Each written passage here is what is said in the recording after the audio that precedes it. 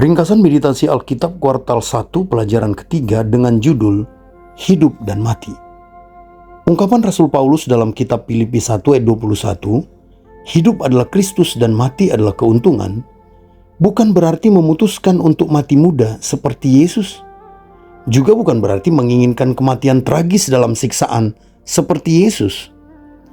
Tapi ungkapan itu justru ikhtiar yang kuat dari orang beriman untuk merayakan kehidupannya dan sekaligus mempersiapkan kematiannya. Dengan kata lain, Paulus memperlakukan kehidupan dan kematian menjadi sama nilainya. Berikut alasan mengapa menghargai kehidupan dan mempersiapkan kematian adalah sama pentingnya, sama nilainya, dan sama kualitasnya. 6 alasan menghargai dan mengelola kehidupan. Yang pertama, menerima hidup sebagai titipan, bukan hak mutlak. Kesadaran ini menumbuhkan sikap rendah hati. Hidup dirawat, bukan dituntut. Setiap hari dijalani dengan rasa syukur, bukan dengan keluhan yang tak pernah selesai. Yang kedua, menata waktu dengan kebijaksanaan, bukan sekedar kesibukan. Mengelola hidup berarti tahu kapan bergerak dan kapan berhenti.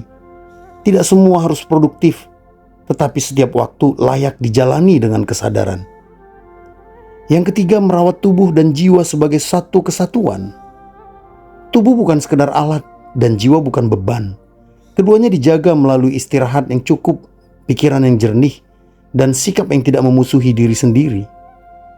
Yang keempat, menjalani pekerjaan dengan makna, bukan hanya hasil. Kerja bukan semata untuk pencapaian, melainkan untuk memberi nilai pada hari-hari. Di sanalah hidup dikelola dengan martabat, bukan diukur hanya oleh keberhasilan. Yang kelima, menghidupi relasi dengan kejujuran dan empati. Hidup menjadi rapuh tanpa relasi yang dirawat. Mendengar, memahami, dan mengampuni adalah bagian dari seni mengelola kehidupan bersama orang lain. Yang keenam, belajar bersyukur dan merasa cukup. Menghargai hidup berarti berhenti menumpuk keinginan. Rasa cukup memenangkan jiwa dan membuat hidup tidak terperangkap dalam pengejaran tanpa akhir. Selanjutnya, 6 alasan mempersiapkan kematian dengan sadar dan ikhlas. Yang pertama, mengakui kefanaan sebagai bagian dari kehidupan. Kematian tidak diperlakukan sebagai musuh, tetapi sebagai batas yang wajar.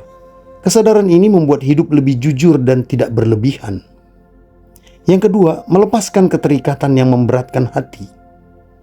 Ambisi, gengsi, dan luka lama perlahan dilepaskan. Yang tidak bisa dibawa tidak lagi digenggam dengan paksa. Yang ketiga, berdamai dengan masa lalu tanpa menuntut kesempurnaan. Tidak semua kesalahan dapat diperbaiki, tapi semuanya dapat diterima. Penerimaan inilah yang menenangkan batin menjelang akhir.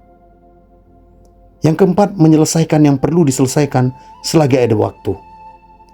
Permintaan maaf, ucapan terima kasih, dan pesan kasih tidak ditunda. Kematian yang indah lahir dari hidup yang jujur dan terbuka. Yang kelima, menyerahkan masa depan kepada yang lebih besar dari diri sendiri. Ikhlas berarti tidak memaksakan kendali sampai akhir. Ada kepercayaan bahwa hidup dan mati berada di dalam tangan yang sama. Yang keenam, menyambut akhir sebagai pulang, bukan hilang. Ketika hidup dijalani dengan kesadaran, kematian datang tanpa kegaduhan batin. Ia hadir sebagai penutup yang tenang, bukan sebagai kehampakan yang menakutkan. Hidup yang dihargai dengan penuh kesadaran akan mengajarkan cara mengelola hari dengan bijaksana. Dan kematian yang dipersiapkan dengan ikhlas selalu berakar pada kehidupan yang dijalani dengan kasih, kejujuran, dan ketenangan. Dari cara kita memperlakukan hidup hari ini, perlahan tampak bagaimana kita akan menghadapi akhir esok hari. Jika kehidupan kita hari ini bernilai dan berkualitas, maka kematian kita hari esok pasti juga akan bernilai dan berkualitas. Untuk memahami semua ini lebih luas dan lebih dalam, mari nikmati live streaming podcast Meditasi Alkitab pada hari Selasa depan tanggal 20 Januari 2026 bersama Pendeta Manuntun Utasoid dan Bapak Yoni Prasetya Tomo dari Studio Ulibana. Haleluya, Tuhan memberkati.